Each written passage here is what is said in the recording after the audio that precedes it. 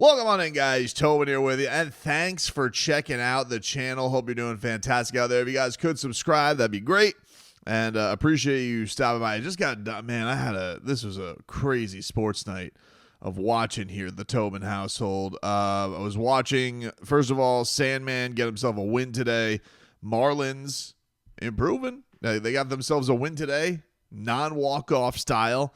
Anthony Bender was able to come through with the save clutch. And Kyle Stowers hitting his first home run of the season, and Sandman kind of settled down after a little bit of a bumpy up and down start, but he was able to settle in, get through five, and get his first win of the season. So that was exciting. Then I watched the Panthers. That one took me a while to get over as they blew it with 9 seconds left in regulation. Suzuki scored and then won it in overtime mere seconds later with a wraparound on Vanacek. And I had one of those moments where I was like sick to my stomach just like watching it on the screen. And I couldn't stop looking at my screen. I was just like, what just happened? So that one was tough. And then I figured I'd tune in because I saw on Twitter that Steph was going off. So I found a link on that one and started watching to see if Steph Curry was going to possibly break the 3-point record. And also, what do you know? He was taking on a guy who's been a little bit in the Heat atmosphere as of late, and that was against Ja Morant. It was Warriors, Grizzlies. Two teams in a very hotly contested Western Conference. Two teams that are trying to stay above the play-in tournament. We talked a little bit about the whole Grizzlies situation with them firing their coach and how weird that is. And then obviously the Warriors are kind of hitting the teeth of their schedule here as they wrap up their season as well. They got, they have Memphis on the road. They wrap up with the Lakers on the road. And then they got Denver, Houston, and then it kind of lightens up. They close out with the Clippers. But after some Suns, Spurs, and Blazers, who aren't a joke. So this was just an interesting one all around, obviously, with the Ja Morant stuff. I was like, you know what? I haven't watched a Grizzlies game in a while. Let's tune in. And, man, it was a friggin' awesome game, but at the end of it, Memphis just kind of ran out of juice. Couldn't hit enough buckets in a game that got tight. And lo and behold, who do you think was there to show up late and get clutch free throws and big-time screens and big-time steals? You guessed it. That rascal, Jimmy Butler, who I did go off on a bit of a tangent today on the radio show about him not shaking hands, which I had not expressed on the radio show today. But that being said, this guy can be at his best closing things out. All that attention on Steph Curry, helping Steph Curry. Those two were a dynamic duo today. They combined for nearly 90 points between them. Nearly 80 points between them, excuse me. That's math. And they get themselves a win, 134-125. Now, Ja Morant was awesome, too. He had 36. Really good game for him. And also was kind of lighting it up from downtown. He was 5 of 8. Jaren Jackson Jr. fouled out of this game. But it was definitely interesting to kind of check out and see where things are at with old Grizzlyville, because there were reports that came out today that, this Ja Morant thing seems to have some smoke to it. It seems to have some smoke to it, and I believe it was Sam Amick, who's one of the more credible reporters around the league, where he was saying, like, yeah, it's kind of got like a De'Aaron fight. We talked about this when we're like, there could be, everybody's leaning towards Jaren Jackson, and they're, Ja feels a little slighted in the offense, and they're trying to kind of seem like they're mending fences, but maybe the damage is done. And man, he's I know he's missed games. I know there's been but man, he's something. He is a dynamic watch, dude. There is a reason why Memphis is, there is a reason why he's beloved in Memphis. There is a reason why you believe in that Memphis Grizzlies team. And I understand it's been a tumultuous couple of years for him. Had the shoulder injury as well, all that stuff. But, dude, I can't be deterred. I cannot be deterred. And I didn't know this. I saw somebody point this out. I don't remember if it was on Heat Reddit or Heat Twitter. And I was like, I had to confirm this thing. Is that true? Because I didn't know this. But Ja Morant's agent is Mike Miller. Ja Morant's agent is 1 shoe 3 Mike Miller.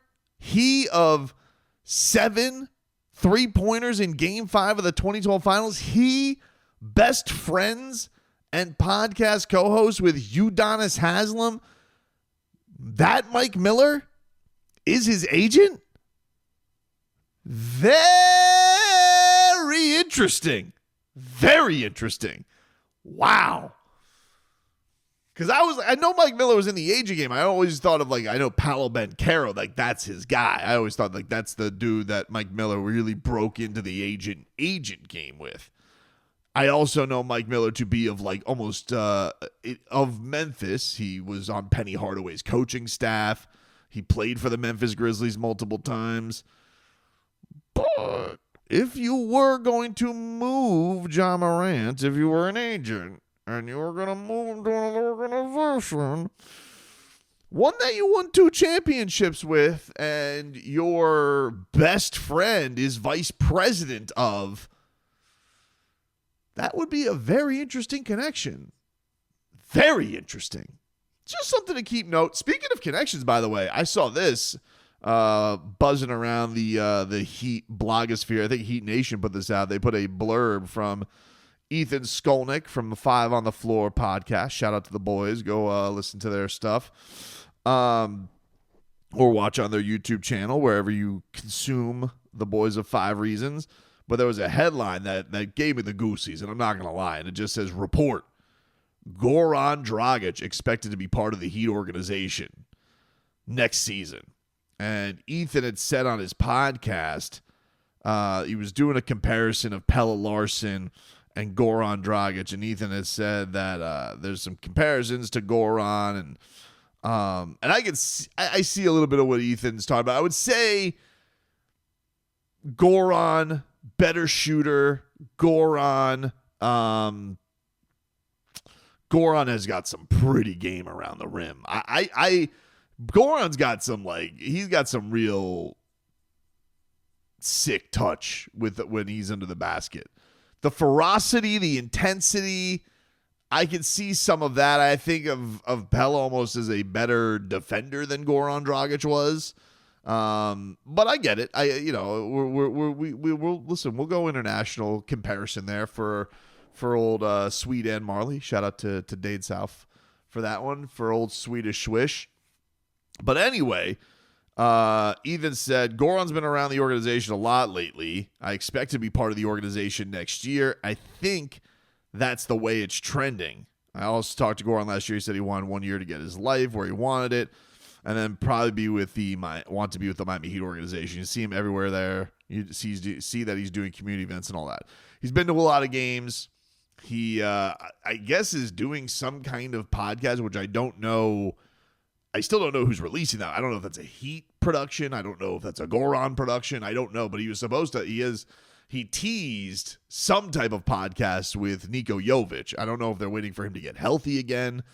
But that you don't have to convince me. You know me, dude. Gogi, the greatest. So give that legend, Vice President of International Affairs, Vice President of Badassery, whatever you want to give Goran, whatever title it is, I'm all for. Dude is a perfect person to bring into the fold for the Heat organization, and it feels of you don't love that it didn't get to ever have the ending here, though I don't think it ended sour, because he kind of got the sweetheart contract at the end. I would like that very much. I would like that very much. But anyway, that was pretty goosey to see all that. But the Ja Morant thing tonight, I enjoyed. Why I didn't. I was like, oh yeah. Because I was kind of just flapping at the gums to be like, no, that would be good if things are, because things are not good. What did the quote? I almost had to see. Was this a April Fool's quote that Jaren Jackson Jr. had around? Jaren Jackson Jr. There was a quote that was going around today about he said, this was his quote about the Grizzlies right now. He says, "We've had wins, we've had losses. Ain't no reason to feel like crazy. It could always be worse. You could be homeless." Boxed in. I guess he's right about that one, dude. He is right. You could be homeless. That's true. I was like, was that it? But it was last night's quote, so he got it in the buzzer. I don't think it's fake. That was absolutely tremendous. Updating the standings as we go tonight, because it was a busy night for those in the Heat competition. The Heat, they'll be taking on the Celtics on Wednesday. Injury report the same, except Davion Mitchell. He'll be good to go tonight for the Miami Heat, or whenever you're watching this, if you're watching this super early. But tonight, Orlando won, so Orlando has now technically jumped Atlanta. Atlanta lost. Let me see. Yeah, Atlanta lost to the Blazers tonight. So they dropped to 36 and 39. Blazers got them 127 and 113. Shout out to the Fighting Cronins. And I don't mean that at all. The Magic beat the Spurs 116-105. And the Bulls beat the Raptors 137 to 118. So as of right now, everybody in the bottom of the East is officially eliminated. The play-in is set. We know the 4 teams is going to be Magic, Hawks, Heat, Bulls. We just don't know the order.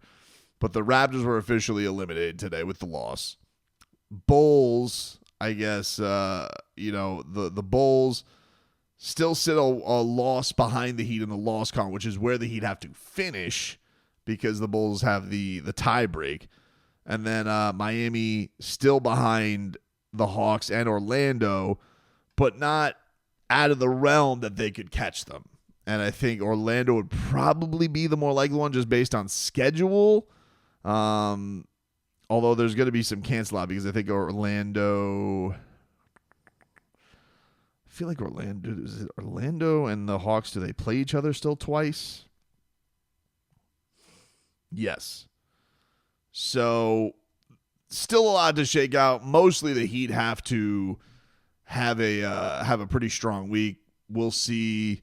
They got a back-to-back coming up here tomorrow night against the Celtics, and then Thursday night back home against the Grizzlies. Maybe it will be the first time Ja Morant plays Miami. I believe he has not played the Miami Heat since October of 2021. So maybe boots on the ground, we'll see Ja Morant in action.